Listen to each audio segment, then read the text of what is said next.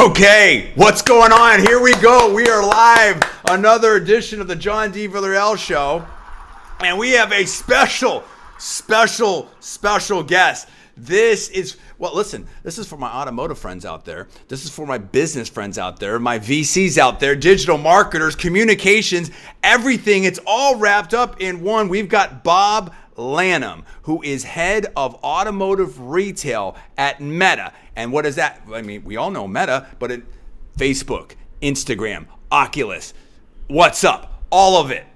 Bob, tell me, let's just set the table here. I know we're just going to go. We have so much ground to cover and so many exciting things, and we're going to take you can comment live. I'll see it on the chat here. If you're on YouTube, on LinkedIn, I'll try to monitor that, and same with Facebook. But just tell us, what do you do? What's a typical day like? What's it like working at Meta? And then I've got a lot of other questions, but we'll start with that.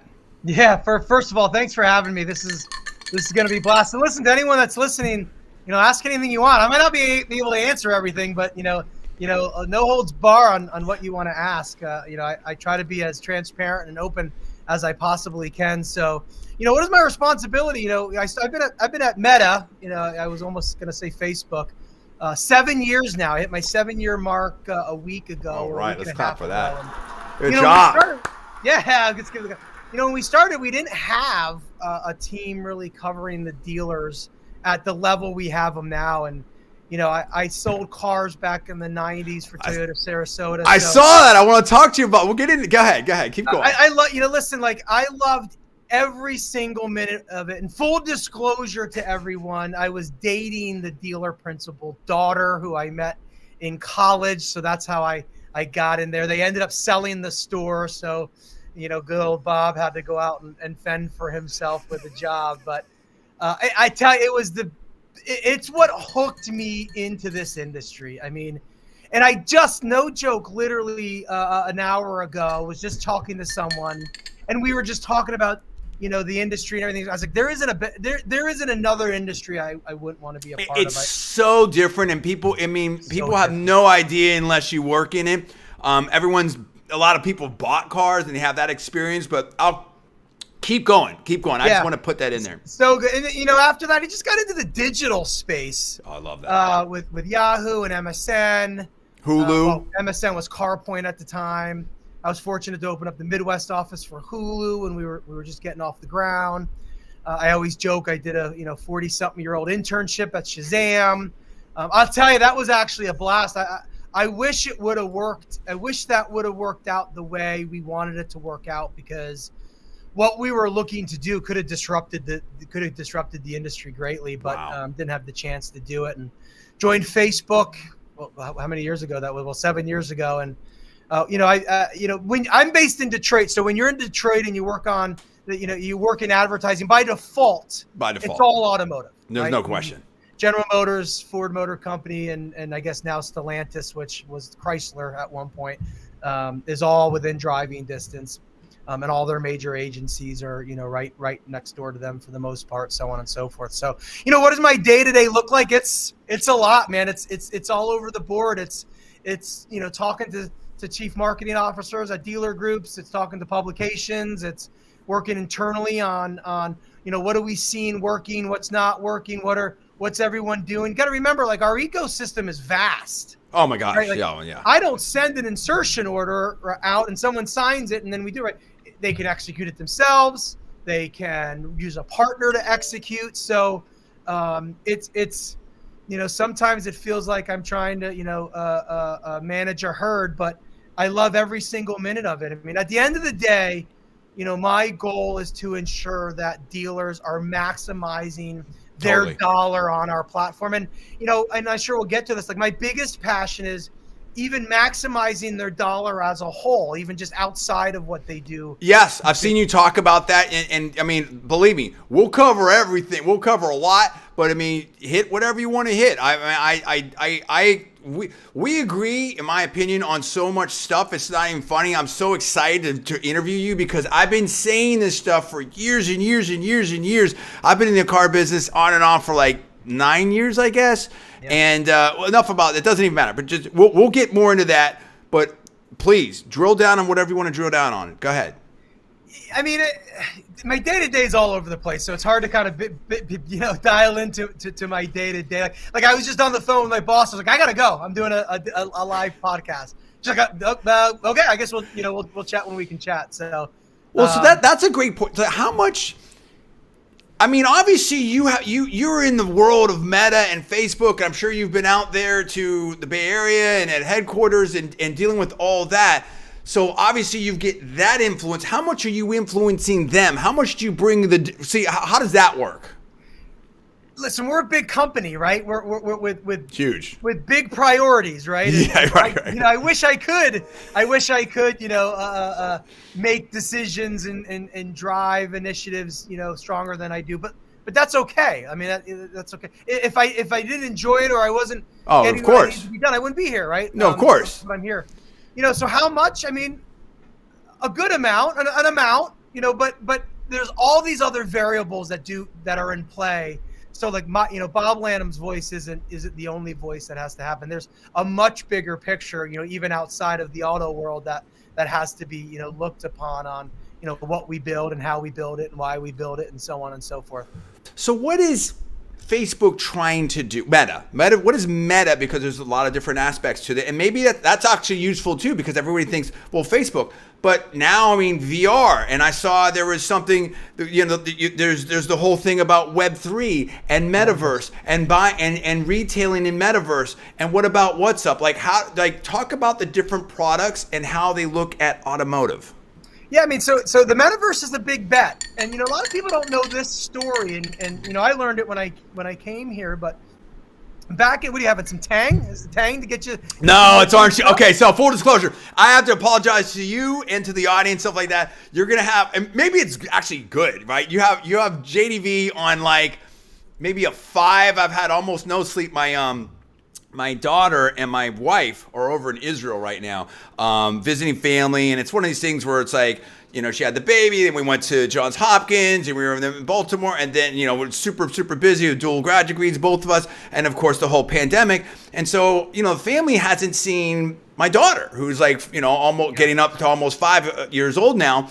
And there's some, I don't want to get too much into it. I mean, I'm full disclosure, but it's just my wife. There's some health stuff going on with the family over there, and hopefully everything, is going to be okay. But it's like, she just had to go, and so the point being is, like, with the way their schedules are, they like to see, talk to me in the morning, which becomes like 2 a.m. at night. So my sleep is completely messed up. Yeah, your wife's not there to tuck you in to get a good night's sleep. Well, yeah, I mean, so I've got to be up overnight just to talk to them and stuff. So this is orange juice with a little honey in it to keep my voice going. So that's okay. So anyway, that's what we're dealing with here. But I want to get you on as soon as possible because this is so exciting, and what you're doing, I think, is just super timely. So walk us through what automotive looks like, what the initiatives are like, what are the metrics for success in the different products for Meta. Yeah, so like let's make this simple. But let's get back to what you asked a second ago about the metaverse, right? The metaverse is a big big bet for our company, and a lot of people don't know the story, but back in 2012, there's a board meeting on, hey, do we focus Facebook, which was just Facebook at the time, on the desktop, or there's this thing, called an iPhone coming out. Oh, my gosh. What role will that play, right? Oh, my gosh. What do we do? How do we prioritize? And, kudos to Mark Zuckerberg, said we need to prioritize to mobile, right? Yes. And we became a mobile-first company then. And yes, one of the best decisions you can make, because it's a mobile-first world. And sadly today, there's still a lot of businesses inside auto and outside of auto that don't realize that it's a mobile-first world and are spending 100%. And wasting money on offerings that hit the minority. We'll dive into that for sure, absolutely. And let me just bookmark this. I want to talk about that too, because you've been very forward-leaning, and there's some dealers out there that are pretty forward-leaning, have done some great stuff, and we can talk about them as well. And I'm going to go back with a group I think that's been pretty forward-leaning, but it's a tricky thing, right? Because, I mean, for businesses in general, how hard you lead into that cutting edge, especially with automotive, where it's like, what's your number? What's your quota? How do I tag this to a sale? And what's my PL on it, almost on a per car basis? How do you have that conversation with dealerships. And I know one of your big things is about just building brand. Don't just try to drive a lead, drive a sale. You have to build a brand and build that customer experience. So you don't have to drill on it now, but I want to at least bookmark that.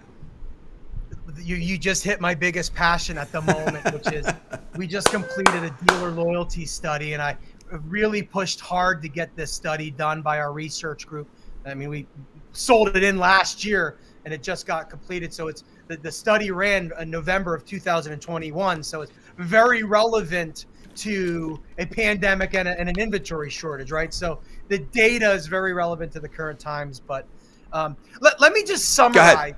Let me just summarize sort of what we do, right? Because, we do have the Oculus, right? We do have the portal. We have, Ray-Bans with lenses here for stories. And so we have hardware. We're opening our first store May 9th. I know. In California, which I think is really cool. It's actually, I'm sure a lot of people are laughing. They're probably thinking, oh, Microsoft tried to do that and that bombed. And obviously Apple's, it worked. And I'm sure there's other store. I think we had the Facebook phone. There was an ESPN phone. I'm sure there's a lot of naysayers. I totally get it. But I'll tell you this, and then I'll get back to the question. But go. I got my Oculus last year sometime. I can't remember, early last year. I didn't have one, and I didn't really see the need for it. I'm not a big gamer, right? Which was I am. See, I've been dealing with this stuff. I've seen this technology like 20, 30 years ago, but obviously not in this level, this degree, this iteration. But there's been fits and starts in the gaming business around VR, AR. So absolutely, the gamers know the power of virtual reality. There's no question. There's no question. So that's the easy sell, right? Yeah. The other sell is, how do you tell someone older than me, I'm close to 50, like, hey, you're going to have a virtual meeting with your team in a virtual conference room. And they're like, right. Get the heck out of here. So I ordered an Oculus because I wanted to. You had to see it. Experience the Horizon workrooms myself, right? Okay. Holy crap. Like, the first time you put that on, right, and someone joins virtually right next to you. Yes. Like, I literally was like, I can hear you perfectly, and you're right. It's like help me, Obi-Wan. You see the hologram almost there, right? And then, we pinged the friend who didn't have an Oculus, but they joined on the TV screen in the conference room, right? And it's just, you if you're a naysayer and don't have an Oculus and haven't done it, stop being a naysayer until you've experienced it. And if you don't like it, then you can go back to right. To hate. But it is just, listen, we've publicly stated, like, the metaverse is going to take years to build. It's going to take partners to build. What does the metaverse mean for automotive? What does it mean for restaurant? What does it mean for every industry? And it's going to be different probably for every industry. But, it's Web3. It's the future of the internet. So there's two analogies I'll make on that. So I used to host GameSpot TV. I was a world-class gamer, in my opinion, and I was like the triple threat, right? A world-class gamer, broadcasting on national TV show on gaming, and I actually was doing gaming deals. I was representing gaming companies and stuff like that. Like, I had a little part of the Interplay Vivendi merger. I mean, all kinds of. I would go to GDC E3 every year, so I was just deep into this stuff. So I know all about it. But I think it's. The analogy I would make, first of all, everything I'm saying is all my personal opinion, only knowledge, in fact, not case any sports, for entertainment purposes only. Please check all the disclaimers. One of the analogies I would make is, I used to collect comic books, right? And back in the day, I'm a little bit of a nerd. That's okay. And we love it. I love it. Have you heard the story about? Hold on, real quick. Have you heard? Go ahead. Go. Heard the story of Mark made a post. Gosh, it's a couple of years now. And I can't remember exactly what the content of his post was, but someone commented, "Man, I really wish my wife would have married a nerd." And Mark responded, "Tell her to be the nerd." So on Facebook we have posters. I don't know if you can see anything. I don't know if I can move. Yeah. So we have a poster making shop at our headquarters, and the idea is if there's a poster you want to make, you go make it. And somebody went out and made a Be the Nerd poster, and it got sent to all the offices. And I love but that. it was just a great point. Like, it used to be a negative term to describe a human. They're a nerd. Now it's like a super positive. I wish I was a nerd. Like, I wish I was a nerd. We're going to talk about, well, listen, but I want to talk about that because I made a comment on Brian Kramer, or maybe, no, it was probably your post. It was your post. It was someone's post about Carvana. I think it was Brian Kramer's. We'll talk about that. And I said, and I've been saying this about education in the car business and stuff, and I want to clarify a point, but I'll bookmark it now just in case we run over all kinds of other stuff. I have a lot of degrees. I'm into academics. I believe in that. I'm a huge believer in education, right? I'm all in on that. And great schools, and I've been fortunate enough to go to elite schools, and I love that stuff. But I think that my feeling is there's a certain, in the old school automotive, maybe there's a certain, I don't know that they fully, well, let me put it this way. I won't even go there. I will go there later, maybe, but I want to be very precise on how I do it.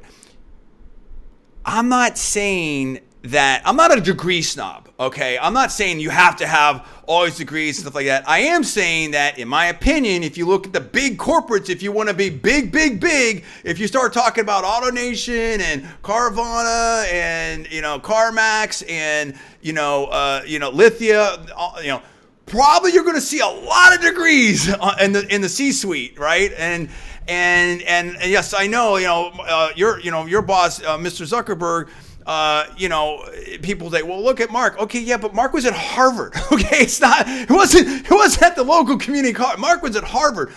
But my point is that put all the degree stuff aside, number one. And there's certain things where, you may want an MBA, you may want a JD, whatever, but put all that stuff aside. What I love is to see dealers like, and I'm going to name names here. Dealers like a Brian Bernstock, a Brian Kramer, or GMs, or executives, a Gino Walsh, a Brett Macy. I can go on down the list. Who are all in on, who read books, learn, go to conferences. It's not just about degrees. That's one way of learning. It's about constantly learning, constantly getting better. Look at Grant Cardone. Everyone in automotive wants to be Grant Cardone. Grant Cardone's constantly learning. Gary Vee's constantly learning. That's what you have to do. And failing.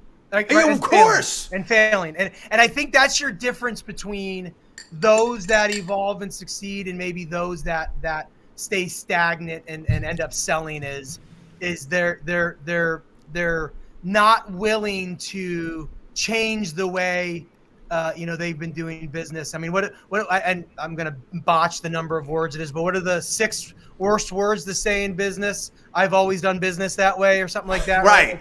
And that's why you gotta love the Ben Stocks and the Kramers and those who say, you know what, I'm gonna go to a one point of contact store, and I know that's a new method and it's about the experience. I'll give it a shot, and then they see all these other people who may not be public about it just kind of follow along. Like, okay, it worked for him. Like, I'll give it a shot. I always respect those who are willing to be a pioneer, go out on the limb and change their business method or model and see how it goes. And I'm sure there's probably more losses than wins. That's something from it. That's what it always is. That's what it probably was at Meta, before that Facebook.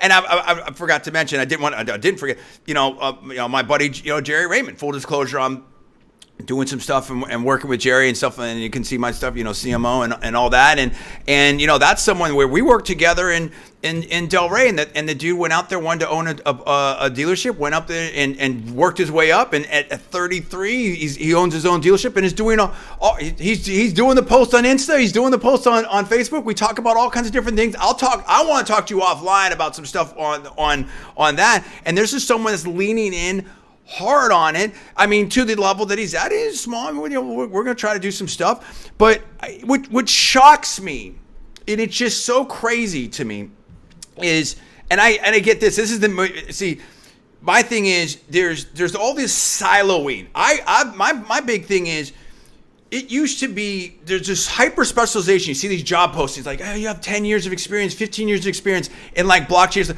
It's only been around for 5. I mean, like, some of these things are so ridiculous, but it's like, if you can have, I'm trying to say 3 things at once. Okay. One is you need more general and cross skills to be able to understand these things. And I'll use the example of automotive. We have 6-7 figure spends on automotive. And obviously for the big corporates, it's much more than that per month. Depends on the dealership groups and how many you have. Okay. So you're going to have heavy, let's say 5 to 7 figure spends per month. A lot of times it's the local TV ad, you've got the dealer principal, you've got the GM in there, and you have an agency that comes in that knows nothing about automotive. And hey, come by here, whatever, like that. So the ad's not focused on that, but it looks good, and the owner's in it. And what does that do for you? Who knows? Does it drive traffic? Who knows? It's out there in the airwaves, and it's gone. And same thing with radio and stuff. And listen, I've done them all. I've done print, radio, TV, internet, live. I mean, I do all of it. But what's so great, because I've done my own Facebook advertising for some of my stuff, you can target it, micro target it, this geography, this demo, this income level, whatever you want to do. It's really so powerful. I've never seen anything. And again, I'm not promoting, I'm just explaining here. We're on LinkedIn Live. For me, it's so powerful, and you can trace it. I'm not saying you should put everything in digital, but the other thing that I hate, and I want to tee this up and I'll zip it, is, when I talk to certain companies like, oh, hey, what's our go-to-market strategy? Whoa, I just met you. I don't know what your product is. I don't know what you're trying to do. I don't know your strategy. I mean, it's totally determinative on what you're doing, or well, what's the biggest advertising revenue or marketing budget that you've dealt with. Listen, it's super simple. Everything works. If I have a dealership and I hire nothing but sign spinners for the city, I'll get business in there. Is that the best use of my money? No. Should I do a Super Bowl ad if I'm a local dealer? No. I mean, but it'll work, right? I mean, but I can spend 5 or 10 grand on Facebook and drive traffic in, and I can track how it works. So the test of great marketing is how much you can do with less resources. And we saw that during the pandemic, but I'll say this, I've heard you talk about this before. People pulled back so hard during the pandemic on spending, and I think that was an opportunity to really gain market share, and people missed out on that opportunity. How do they get it going now? So I get asked all the time, like, hey, what did we learn the last 2 years, right? And I just explained this 2 hours ago to a dealer group, and I said, look, what the pandemic brought us was some states were completely closed, right? Some were still open and it was business as usual. Some were appointment only. Like, we had sort of this gamut of different types of businesses, running of businesses during the pandemic. And we had dealers that cut it to zero because they thought the world was going to end. We had dealers that doubled down. We had dealers that just left it as is. We had all this different type. And here's what I think we learned. Like, when we were forced, I mean, the industry was forced to evaluate and change or alter their second largest expenditure, which is advertising and marketing, right? Correct. GM Academy at NAD tells you to constantly review your payroll, your advertising and marketing expenses, and your floor plan, because those are your top 3 expenses, right? So wherever it falls, it's top 5, right? So I always tell, like, what you 100%. buy and how you buy your advertising and marketing 100% plays a role in gross. Huge. 100% plays a role in PVR. Like, you can't deny it because it's such a large expense. And what we learned, or what the industry learned, was they were overspending in some platforms. They were underspending in other platforms. Yep. They should be testing some other platforms. And the combination of organic and paid actually do work together, like everyone's been saying. So maybe, we saw a lot of a huge increase in dealers spending more time, energy, and money on their presence of their social media across the board, from Instagram to Facebook, to utilizing all the tools like Reels and Stories. And they saw the power of that. And then when they saw the power to put some money behind some stuff, like, here's the summary. And this is not a Facebook. No, I'm with you. I'm going to say a bunch of stuff. Go ahead. I love this. Here's the summary. And you just kind of said this, like, what's my go-to-market strategy? There's so many more questions I have to ask. Yeah, right. This is what I truly, this is not, I'm taking my Facebook business card away. Go ahead. I'm moving it over here to the side. And Go ahead. Lanham and Associates coming in to consult with you, right? It is, look, if you want me to come in and consult with you and say, hey, what should I do? The first thing I'm going to ask you, well, what are you doing now? Right. And most dealers couldn't answer that. Here's a story. This is a true story. I love this. I always, we used to present, I had a slide that said, before I get into anything, how many of you know exactly what you spend on your second largest expenditure? How many of you have it listed out? Nobody. Not only what you buy, how much of it do you buy? And then more importantly, how do you measure this? Because how you measure determines what you buy and then determines waste or not waste. John, I can't tell you. Like, I must have presented over 1,000 times. I can't tell you. I had hundreds. They don't know. GMs and dealer principals come up to me and be like, you kind of punched me in the face a little bit. Like, I was texting the store. What is the spending? Yeah, right. Okay, so I had a dealer come to me on the side and they're like, hey, would you help me create a marketing mix? I was like, yeah, dude, it's so easy to do. Yeah, like, pay me or anything. They were local. I was like, yeah, that's so easy. Listen, let me just show you how to do this. So I go and meet with them. I said, hey, can you just send me the spreadsheet of all of your advertising and marketing expenses? Mm-hmm. Do we have a spreadsheet? Nope. Okay, no big deal. It's all good. Can you just send me all of your invoices or just expenses from, anything in the DMS that has the marketing and advertising code? Just send that to me. Do you want to guess how long it took them to send me? I didn't even get all the invoices. Oh, of course you didn't. Of course, this is where I really drill down on this. I mean, it's like some deal, in my opinion, potentially, at least, what I've seen online, whatever, maybe some dealers don't, hey, we make as much as doctors and lawyers, and it's almost like this pushback against formal education or something like that, or if you have someone that's a great salesperson, would you send them to an MBA school? Would you help pay for that, or would you at least give them the time to come back or work part-time or whatever like that? And some places have really worked with me when I was going to school, and they were awesome. That's why I worked there. But I've seen some pushback in the industry. It's like these principles, spreadsheets, analysis, almost like the great consulting firms coming in there. All that stuff works. It's not like automotive. It's a special industry on, a planet Mars that works differently than every other business out there that does these things. And yet you don't want to use it. So when I come into a place like, okay, hey, he's got a JD and he's got an MBA and a master of communication and all these great schools, and he's done venture capital, and he's done radio, and he's done, TV. Like, why does he want to be here? Well, he is one of the best in the country for, luxury. And it's not about patting myself on the back, but it's like some people look at this and they are just, they're scared. I don't want this, or this guy wants my job, or he's doing too many things, or he's not going to stay here. But if you turn it around and you think, man, he can make a marketing mix. He can make me a spreadsheet. He knows how to do this. He can analyze. And John, I'll just go ahead. Like, you don't need an MBA to do that. Oh, you don't? No, it's super simple. You don't need a PhD to understand this. You just my goodness.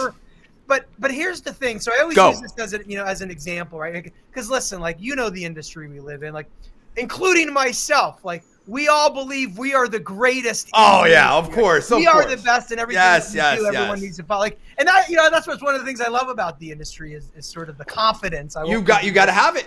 You're not going to win if you think you're number 5. But here's what I want people to think about. Like, so when someone barks at me, oh man, you should see how many leads in my close rate and this and that. Like, I know you're thinking you sound intelligent, and I get it, and it's great to be able to look at things in detail. But like, you're not even telling me the big picture. Like, you're just telling me what the spreadsheet has said, and that's easy. Right, like, and we all see the data manipulation. I mean, that doesn't marketing to your sales team's process. How is the sales team process tied to the marketing? Right, like, what's your marketing? How is your TV driving your digital? Because it does. Of course.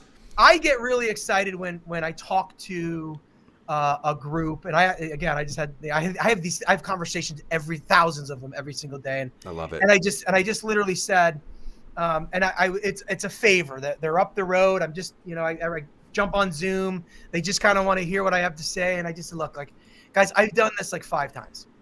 Like, I don't have anything else to tell you until you tell me what the heck you do with all of your advertising. So. Go back to the one dealer that said, hey, would you help us build a marketing mix? I said, no problem. So it took over a month to get all the invoices for me. I didn't even get them all, so I just sort of made up prices before that. I got an invoice once, and it said package A, so I sent it back. I was like, can you tell me what's in package A? They're like, I don't know. That's what I'm talking about. Go ask the vendor what's in package A. Well, long story short, when I finally mapped it out, just all I did was list it out with the cost, clicked the pie chart button. You don't need an MBA to understand. You click it and it just automatically makes the pie chart. right? They were buying Facebook 5 times, right? Because we're in a lot of packages. They were buying search a couple of times, right? And they were overspending on. It doesn't matter what it was because I'm not here to say what you TV, radio, newspaper. They were just. Well, I mean, there's a lot of digital people overspend on, but they didn't know. Oh, mm-hmm. They didn't know. So when I sent just the pie chart back, the GM replies, "Holy shit! I had no idea." Right. Exactly. Exactly. This is how I always, and I have a video. I did a Brian Pash event, and it's one of my worst videos I ever recorded, but to me, one of the strongest in terms of content. It's funny how that relates. Sometimes we think this post I'm going to post is going to go both viral and nobody's. Oh yeah, right. Exactly. How do you go viral? There's no viral button. Right. Exactly. So I just put a video on, marketing mix modeling is what you heard me talk about a lot. Now, that can get very complicated, but it doesn't have to. Mm-mm. It's only as complicated as people want to make it. So I put this video together, just said, look, when you have a list of all of your expenses, so now you have a marketing mix. Now you know exactly what you're buying, divided by the number of cars you have. You get your cost per car sold, your PVR, whatever you tie. Now you know. So when Bob Lanham walks in from the Best Leads Ever company and says, "Hey, you have to buy me. I have the #1 leads in the industry. And the GM, we all get sold on, good sellers, right? Of course. And I say, look, it's $8,000 a month. You have to pause and say, okay, I'm going to buy you, but is that $8,000 going to go on top of everything I'm substitutional or incremental?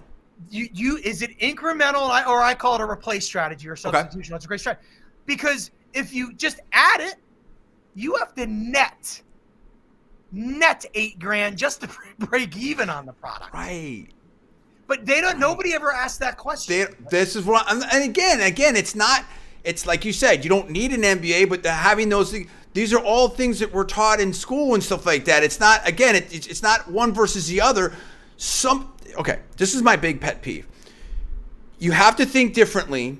This industry is getting disrupted like every other industry. You have to have some internal capability.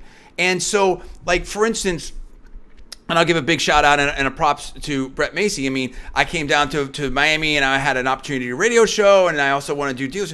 He let me do the radio show in the dealership. Yeah. And people were walking by like they thought it was kind of crazy, but he's the big boss and whatever. But guess what? My metrics were crazy. My metrics were so great as a man. I mean, it's just I was blowing doors, gross, everything, closing, all that stuff. I don't want to get into that. It doesn't even matter. And like you said, everybody says they're the best, and it's fine. But the point is he's trying to do something different. But here's the thing. If you were to do a radio spot, what would that cost you? If you were to do a live radio thing and have the host come down there, what would that cost you? Why not have it inside? Nobody knows how to do, not nobody, but there's such a limited amount of dealers out there that have somebody working for them that knows how to do social media, that knows how to do digital marketing, that knows how to make great YouTube videos, great Instagram, Facebook posts, that understands it at a serious professional level, and they won't pay for that. So they'll have like, hey, you in the BDC department, you do that. Or maybe we've got this general marketer, that does that. And over here, they're kind of our marketing director or CMO or maybe something. But so everything's fobbed off to the third parties, whether it's like, name the name, I don't want to put anyone on blast. It doesn't matter, right? So the agency comes in and it's the same thing I said before. And that's why you get this stuff, is because you don't have someone that knows. And here's the thing. There is no one way. Like, there are certain things that I'm hard digital. I believe I lean hard into that. But if you're out there in nowhere land, then yeah, you absolutely need digital, because I know dealerships that they're in the, basically they're not near a major city, but they're outselling everybody because they're going full blast on digital. And I think you've got some examples of that. On the other hand, hey, listen, if I'm in Houston and I'm on the loop, it might be good to put up a billboard because everyone's driving by. Or radio, there's a hot radio show. Go ahead. I'm at a dealer council meeting a number of years ago. And listen, I'm a student of the game, man. I know. I can hear it. I love it. And listen to what dealers have to say. And yeah, I may disagree, and that's okay. I have the right. They have the right, and it's their business. They're going to do whatever they want anyway. But we're in a meeting. It doesn't matter the brand. It doesn't matter who it's for. And That's fine. And, something was presented, and an initiative was invented, and the person at the manufacturer said, well, maybe we should make this a mandate in our co-op program. And I watched this dealer who was kind of not paying attention, on his computer, like half paying attention the whole day. I'm guessing probably a pretty fundamentally sound dealer that does pretty well, and is going to listen to what it wants, what he or she wants to listen to. Turn around and go, hold on a second. Don't tell me what works in my market and what doesn't work. I've been in my market 75 years. Wow. Right? I know what works and what does. If I want to buy the local newspaper that supports the school system, blah, blah, blah. And I just sat back and I was like, you know what? You're spot on. Right? Right. I'm not here to tell you that you have to spend all your money on digital because it's the only thing that works, which is why you have to have a marketing mix. Because right. Tell you what. So let's go back to your radio story. It's a Do the analysis. Go ahead. I'm syndicating in the store. People are walking by you. You're talking about it. That's right. And someone's going to walk by. The clients loved it, by the way. I had people sitting out there listening to me and stuff like that. It's free entertainment. And somebody who maybe the CFO of the store, maybe someone on your marketing team is going to go back and be like, that didn't do anything, man. You can't track it. No one's going to buy a car for what you did. How do you know that? Exactly. So let me give you another example. I got an example after you. Go ahead. So I have a Facebook group that we started back in 2020. Oh, cool. For the industry. Oh, cool. Yeah. Okay. Just go to Facebook, do a search for automotive auto. I'd love to jump in that, please. Auto Send me an Marketing invite. Collective. Yep. Facebook Okay. Auto Marketing Collective. I'm gonna write that down. I started it because the pandemic hit. And I was like, okay, well, no one's gonna be traveling. But I want the industry to be able to talk to each other. And listen, I get beat up in my own group, so it's fair game as long as you're respectable about it, right? And somebody posted, a partner, doesn't matter. Somebody can search for this post and said, hey, we are struggling with Facebook leads. We haven't closed any in this month, but we got X amount. However, we have seen that this vehicle set that we're marketing to get leads is selling. We're seeing the impact of the advertising through sales. Right. I can't track it we started this initiative. We can't track it to a sale, but overall our sales are going up. So something's happening. So now the digital person can say, nope, cancel the buy, it's not working. It's crazy. Well, someone who understands media. Thank you. That's what I'm saying. Hold on. People always say, oh, you must hate TV. It's I don't hate TV. I think it's expensive for what you get. Yeah, right. But everybody knows that when you do run a commercial, you will see search activity. You will see direct activity to your Yes. It's branding. Cost. It's a push. It's okay. So, all right. I was at Audi North Austin. And they understood enough, they knew I was a superstar, and in my opinion, whatever, and they really wanted to get me, and listen, I need this much salary because I'm gonna do these videos and stuff. They love the videos, and exactly what you said. It's like, well, what if we just, you'll have these leads and you put your number in there, and they're like, no, it doesn't work that way. The percentage of people, and we have 10, 15 minutes. What do I got here, time wise? Yeah, 15. Yeah. Okay. If you understand, I text my wife that my son is getting picked up at 5:45. Oh, okay. And so I'm talking to the platform manager and the GM at the time. Listen, if you understand media, and just trust me, the percentage of people that will actually watch this, click the link, think about it, come in, to ask for me is minuscule. It might be 1%. But I might, for the 100 people that I drive to the website, or the 10 people that walk in the door, that one might ask for me. So I might get 1% of that. But it's going to have a big lift for the whole store. And okay, that makes sense. And so they worked out a deal for me. And it's not about that specific. It's just using this as an example. And I want to say, I don't know, let's say over a dozen, 12, 14 videos. I got to go back and look. I'm not sure exactly. I'm sure this is going to be a little bit wrong, but this is just my opinion, paraphrase. I think every single video, they were from around 5,000, let's call it 3,000 to 5,000 views, up to almost 200,000 views. Every one of them. I mean, so you think about that, it's like, and I actually did have someone come in and say, hey, I saw his video on the A7 competition package. I want it, and I've got I think I still have that in my phone. And so the point is this, it's not about John Villarreal. Obviously, I'm a professional media person. I love cars, stuff like that. But again, look at Doug Jamiro. Look at Carwell. Look at all these people doing that. And these were people that 10 years ago we are car experts. Are you telling me you can't talk about cars and learn this? And let me just say one more thing real quick. If you were a GM, you have to think about this as a campaign.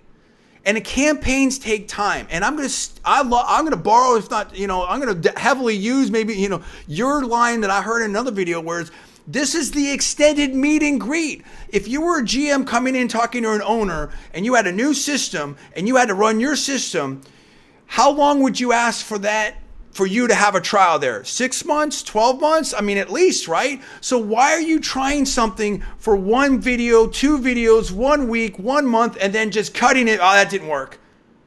That's crazy, right? Go ahead, Bob. You just nailed it. Like I hear it all the time. And so I said this the other day, and it's not anything that's new, but I was talking to someone that oversees a large budget of money for media, and similar conversation, the marketing mix. What are you buying? The media platforms don't work in a silo. They work together to drive each other's performance. And somebody caught on to this, and I'll just say it. And I just said, search captures the intent that is created outside of it. Yes, I love that. Oh, I'm using that too. I love that. I'm gonna write that down. Like, they have to be. The product and service has to be discovered, and then people go and go search for it. And I'm not here to tell you what you should spend on search at all, but you need to be more strategic with understanding consumer behavior, right? I posted this 3 years ago. Okay, I'll never forget. I was sitting in the parking lot, and it was like one of my first semi-viral LinkedIn posts. But I'm sitting in the parking lot. In fact, I'm gonna pull it out right now. I'm sitting. My son's at a soccer tryout. And I saw an Instagram ad for this, what I thought was a pretty cool wallet. Here's the wallet, people, right? I can put my credit cards. It's got a sensor so that if I lose my wallet through GPS, it tells me. Oh, that's cool. I love that. It's $60. So I saw the ad, didn't click on the ad, but bought the wallet within the same hour. You want to know where I bought it? Tell me. Amazon. Right, of course. So as a joke, being a marketing guy, I was like, all right, guys, I saw this ad on Instagram, bought it on Amazon. Who gets the credit for the sale?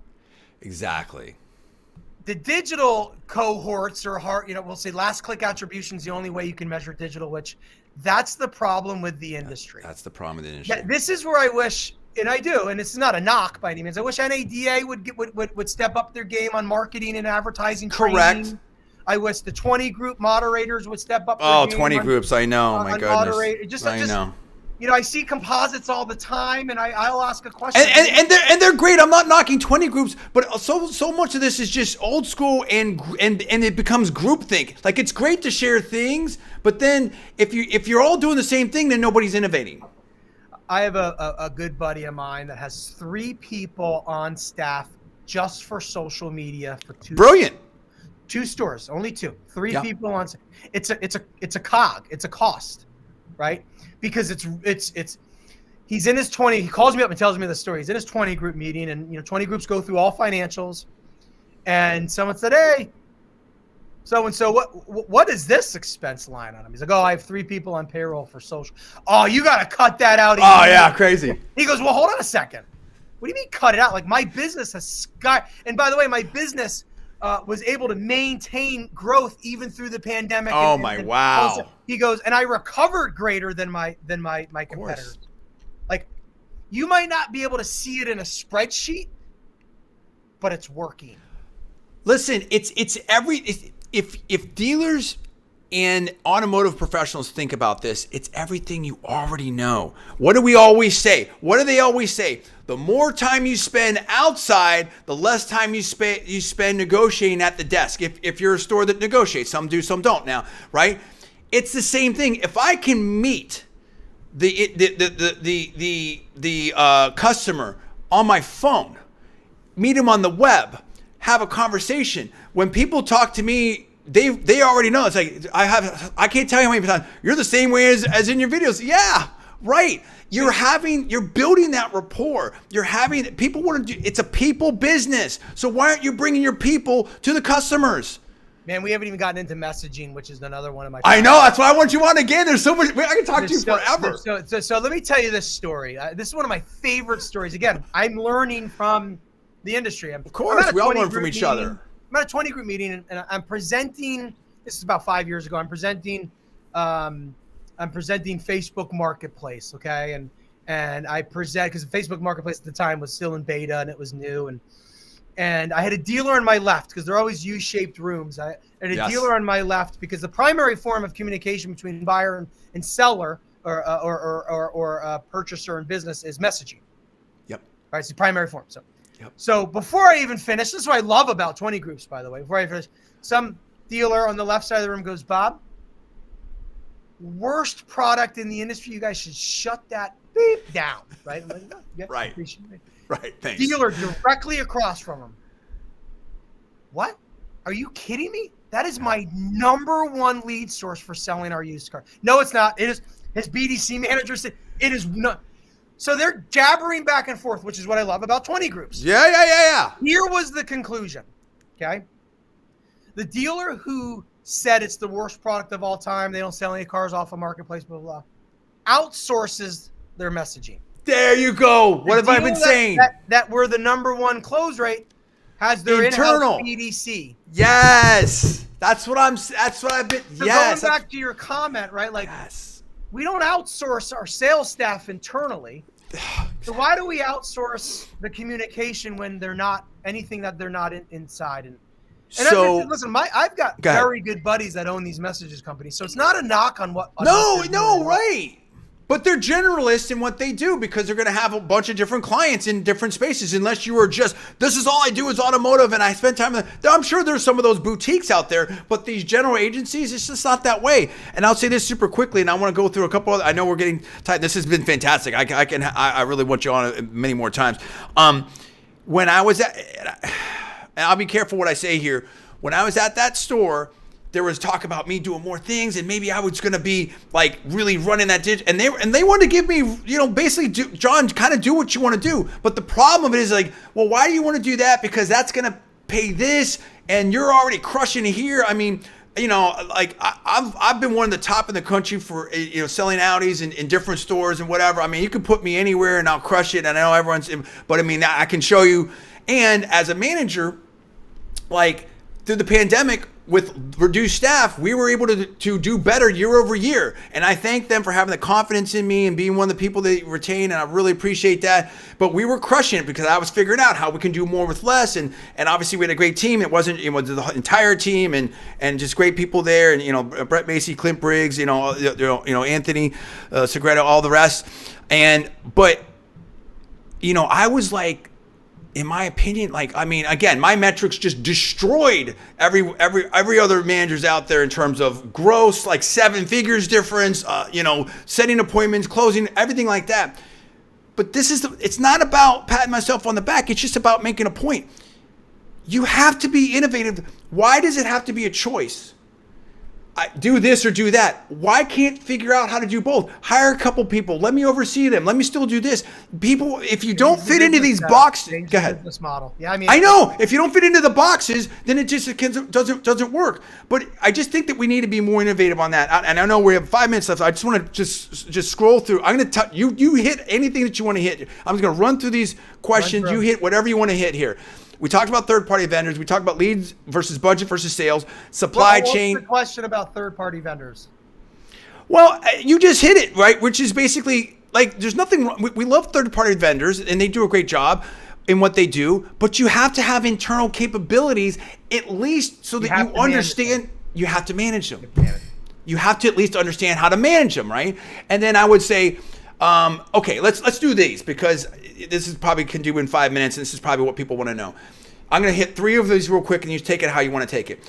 If I know nothing about this, Bob, in terms of digital marketing, Facebook, everything like that, where do I start? Facebook, Instagram, YouTube, and what is a good digital marketing budget if I have a single point store in a top 50 market? And how big should my digital marketing team be, and who do I hire for digital marketing? Now, take any of those four in any way you want. Man, yeah, it was a lot. What was the first one again? Sorry. First one is, if I know nothing about digital marketing, where do I start and what platform should I start on? Oof, that's a tough one. If you know nothing about digital marketing, I would join our Facebook group, because I'll tell you, that's all we talk about. So do a search for Facebook Auto Marketing Collective and join it. Reference this podcast, and I'll approve you as soon as possible. But honestly, be a student of the game. Start to follow as many dealerships as you can on multiple platforms. Go to their website, see how you get retargeted outside, right? Like, be a student of the game is the best. Start to understand what you like and don't like. Right. What do you like? Yeah. What works for you? When you get retargeted 1,000 times, do you like that? Right. Exactly. I don't like that. Like, I don't want to be retargeted. So I would say there's not a single source, because everyone's going to have an opinion. So become a student of the game and figure it out like what you like and don't like. Okay. And then, so what group, man, I'm telling you. No, I'm jumping. Facebook Automotive Collective, right? And we're not promoting, we're just explaining here. Facebook Automotive Collective, that's the group? Yep. Okay, cool. Now, okay, so what's a good digital marketing budget? So I come to you, I go to Meta, and listen, Bob, I'm all in. I don't know what I'm doing here. I've got, 9 rooftops. I want my team to do this. What should I be looking at? Or even single point, however you want to cut that up. I mean, what's a reasonable marketing budget for a Meta spend? I'll say this. I'm going to assume this person who asked the question heard us talk about creating a marketing mix. So they have already created their marketing mix, and they've listed out their print and their direct mail and their radio. So I'm going to assume they did all of that. So some of you are going to fall back, but I mean, the proof's in the pudding here. I'm going to say roughly 75 or 80% of your marketing budget should be digital. I totally agree. Right? The rest I totally agree. Traditional, because I do value traditional. I think there's great value in radio, by the way. Like, I agree. Underspent platform. 100% agree with that. Just because they can't click, they're hearing you. Yes. And that it's awareness. Then when you break into that 80% or 75%, start to think about consumer. Where are people? How do they discover your product? Then what do they do after that? Well, they discover your product, and they usually probably go do a search. So you need to have the right, and don't have it unbalanced. Most have it unbalanced. Okay. Right? So think about your discovery initiative, your meet and greet initiatives, and then think about your demand capture initiatives. Where could someone learn more about that? Like, are there certain resources on like places people can get educated on this stuff?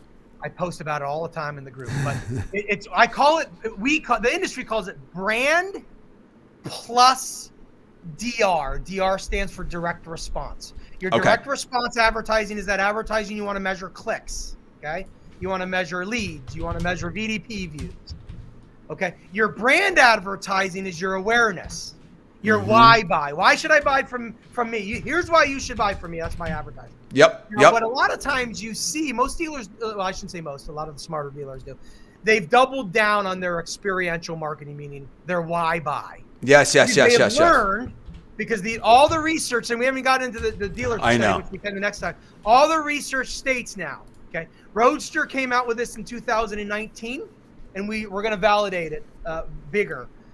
2019, Roadster said people care more about the experience they're going to have at a dealership than the price of the car. I totally agree with that.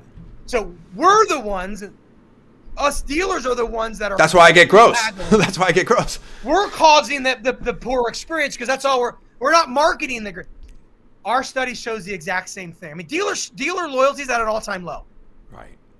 Brand loyalty is not much better. Mm-mm. Some brands are very far superior. Some brands are not. So to close on this, I was at JD Power and NADA, and this is not a plug for JD Power, but go to their events. It was really good. They have a brand assessment study. Okay. Franchise assessment study, they call it. Every year. Been around since, I think, 2012. Right. Rankings and yeah. So there's a brand out there that has a less than 50% retention rate. Wow. So for every 2 buyers, one's bailing. Wow. Okay. I know for a fact Every dealer that sells that brand has plenty of damn leads every month. Probably more than they can handle. It's not a lead problem. Not a lead problem. It's not a VDP view problem. Right? We have to rethink how we have to grow up. Okay, here, I'll just close on this. Amazon, the largest e-commerce platform in the world. Of course, yeah. Alibaba, I know, probably out in that side of the world. But Amazon, at least in the US, right. E-commerce, as everybody knows, is all about click to buy within the same session. Advertising, click, purchase. Right? Right, different sales cycle, different funnel. The sales cycle's like hours, right? Like, Exactly. Or days. It isn't months. Yeah. Amazon is one of the largest brand advertisers in the world. Why? Because they know their brand advertising, the why you should buy from Amazon, drives the engagement-based advertising. I tell dealers all the time, you start advertising why someone should buy from you, you're going to see all your metrics go up. And I don't care if you do it on my platform or not. I don't care if you run a TV ad or I don't care. But you should be spending more on your brand, why buy, than anything else. Because all that will come organically. That will just happen. Of course. I love it. Bob, you are amazing. I appreciate you spending this almost hour with us and the audience. Just fantastic. I really appreciate it. I hope to have you on again soon. I'll definitely follow up. Oh, just awesome insight. This is an industry that's so I'm very excited to continue because because you right now, I'll close on this, you have this convergence and it brings all my stuff together of digital media, technology, venture capital, and automotive. It's all coming together and we're all part of the change. So I appreciate your time greatly. And any comments that you have, we can follow up on LinkedIn here, and of course on Facebook and YouTube. And we can, Bob can definitely, and I can respond to those. So thank you so much. Have a great day. For Bob, I'm John D. Villarreal. Thanks for watching. We'll see you next time. Appreciate you.